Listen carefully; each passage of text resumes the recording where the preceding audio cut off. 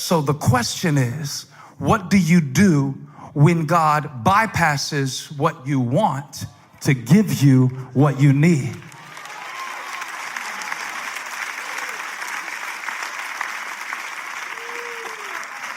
The most obvious thing to do is to heal the man. But sometimes before God can do what is obvious and change your situation, He wants to work within you so that when He changes your situation, you will be ready to receive it. In the Jewish mind, sin and suffering were highly connected. So it was often assumed that if you were suffering, it was because of sin. Jesus dispels this in John chapter 9, when the man born blind was declared to be not a sinner, but blind so that the works of God and the glory of God might be revealed. We can't always connect situations with behavior. Yet it's something that He said, before I do anything for you, I want to do something in you. And that's where it takes faith, because it's the substance of things hoped for and the evidence of things not seen. To know that God is working. And you know who I thank God for in this passage? I thank God that this man had friends who believed for him what he might not have been able to believe for himself. And if I were preaching this at what's it called now? Youth X, used to be called Student Takeover. I can't keep up with all the names. I would preach the message around who are your for. That's really important. Who are your for? You got to have the right for, because the wrong for would have dropped him off at the door, but the right for were willing to put him where he belonged, at the feet of Jesus. Now, are they bringing you to Jesus or driving you away?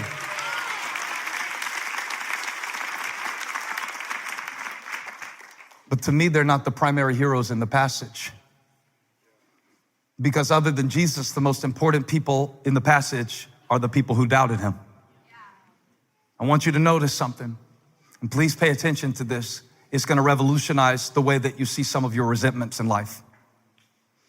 When Jesus saw what the friends did for the man, He forgave him.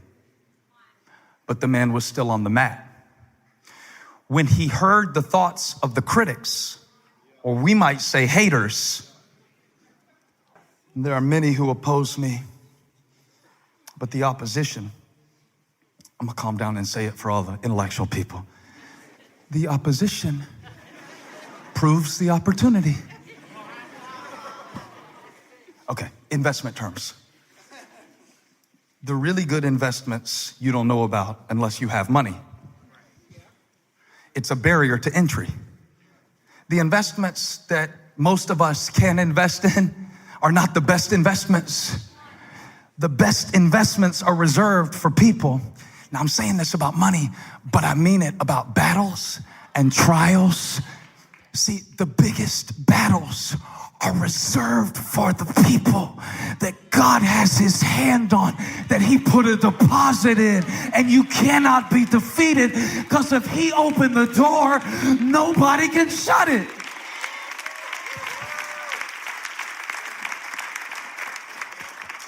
So quit blaming your haters and write them a thank you note. Remember that youth pastor that stood up at Inside Elevation?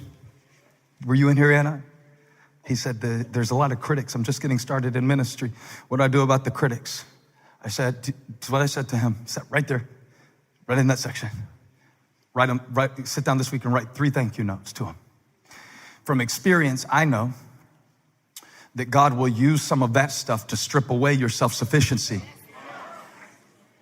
And if everybody is clapping for you, the crowd is not always your friend. So write them a thank you note, because honestly, every time we have a baptism in the church, I think about it. Because the only reason we do baptisms every week instead of 2 or 3 times a year like we did for years is because of that news story that they ran about us, where they said we fake baptisms in the church. I still don't know exactly what a fake baptism looks like, but I don't care, because it gave me an idea. if you're going to hit us at the point of our baptisms, what we'll do is not 2 or 3 times a year, but how about if every single week we put it in the devil's face that you can't stop. When God opens a door, I don't even care what they say.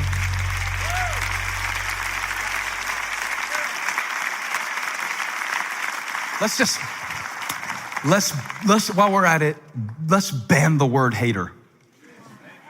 Because most of us don't have haters. We just have people who don't agree with us. And we label that haters. Okay? Your coach is not your hater because he is not going to play you right now. Your coach is a trainer. He is teaching you that you are not good enough yet to get playing time, Timmy. The reason, Timmy, you're not playing, Timmy, is because you're not a player yet. So thank your coach. He's not a hater. He's teaching you to be a player. So you need to thank that boss who was hard on you. My boss is a hater. No, you're late to work. Your boss is not a hater because she expects you to be on time. I saw a supervisor just give him some praise right there on the 8th row at Valentine. Thank God for it, because the opposition is the opportunity.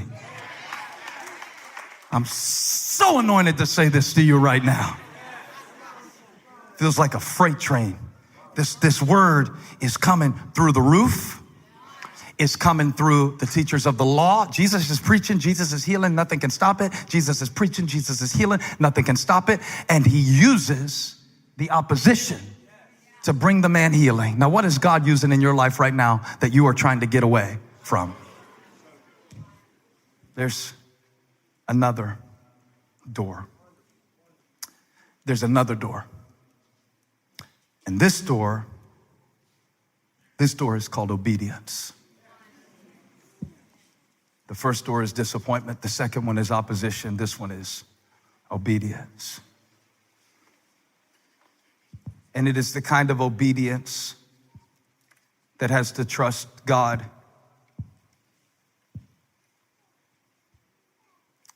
in an impossible situation. See, what the friends did got the man forgiven. But there was something that he had to do to be healed. And it is by grace we are saved through faith. It's the gift of God, it's not of works. But faith expresses itself in works. Please don't sleep on me, brother. This is very important. It is your faith express. Jesus said, so that they may know who I am. It's not even about you anymore. And it's not about your dysfunction. And it's not about your limitation, not anymore. This is bigger than you. So I want you to do what you can't do. I want you to do what you've never been able to do. And the proof of my presence is going to be in enabling you to do something practical. Get up. Take that thing that they carried you in and lowered you down on. What you came in on, you're going out with. But instead of it holding you, you'll be holding it.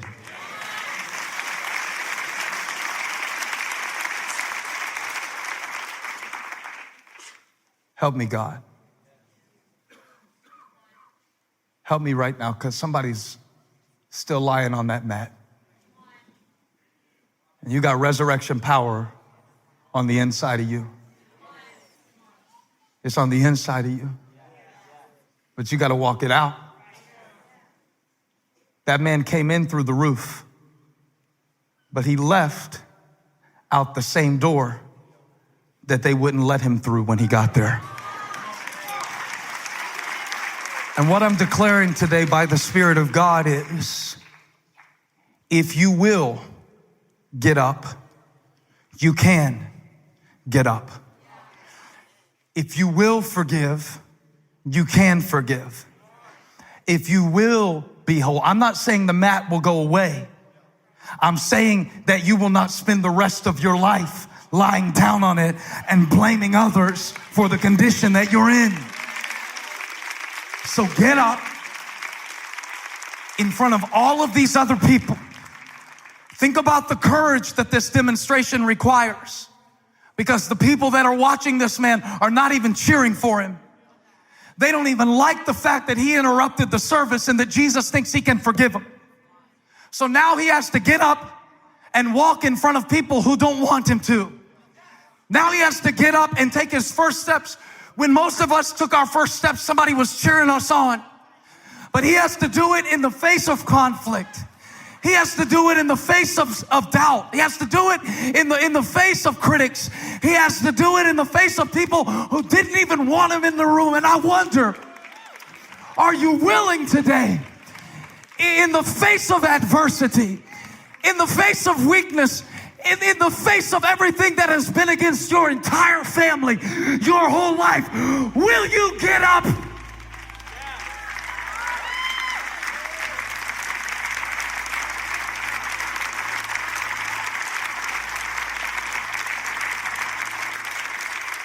Will you become a door? When God wants to show people who he is, he picks somebody with an issue, and he wants to show who he is through you. Somebody say, there's another door. This is the door of revelation. And the people were not amazed when the roof came off. They were amazed when the man got up. They were not amazed even by Jesus's preaching. They were amazed by the man's demonstration. And there are some of you that are about to become a door for people to see Jesus through your life. And here's who he's gonna pick. The people who were paralyzed, who have made a decision. I may not be able to get rid of my issue, but my issue is not keeping me from Jesus. See, there's another door. And when you've done all that you can do, and you've tried all that you know to try, and self-help isn't helping, and people have stopped believing in you a long time ago, and truth be told, you've given up on yourself. But God called me to be like those 4 men and carry you today and put you at the feet of Jesus. Let me tell you about Jesus. Jesus is not your average preacher. He is the way, the truth, and the life. He is the resurrection. He is the good shepherd. He is the true vine.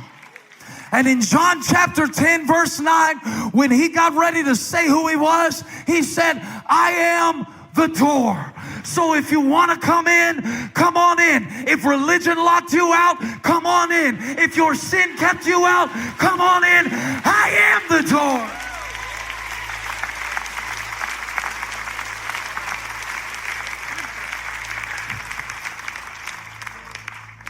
And because I'm the door,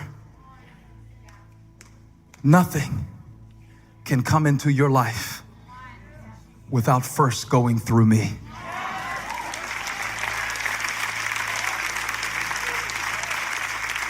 So, I've allowed some things in your life that you don't like right now. But don't let them paralyze you another day. Because all I'm asking you to do is walk through this door. That's all I'm asking you to do. I'm not asking you to be perfect, but I do expect progress.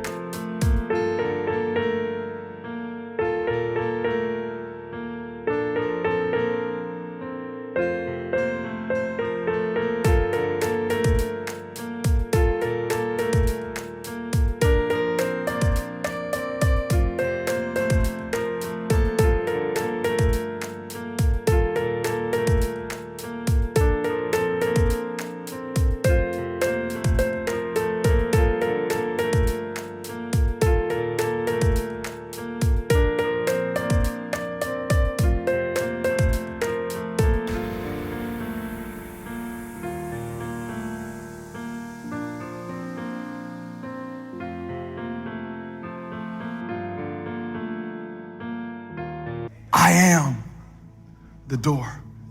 Your ex-husband is not.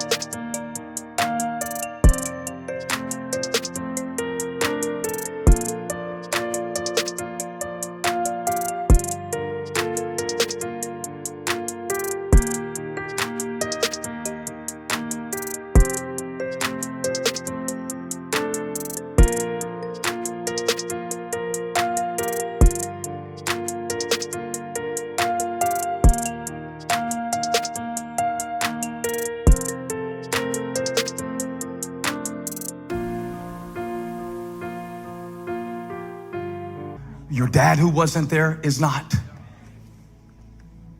Your own opinion of yourself is not.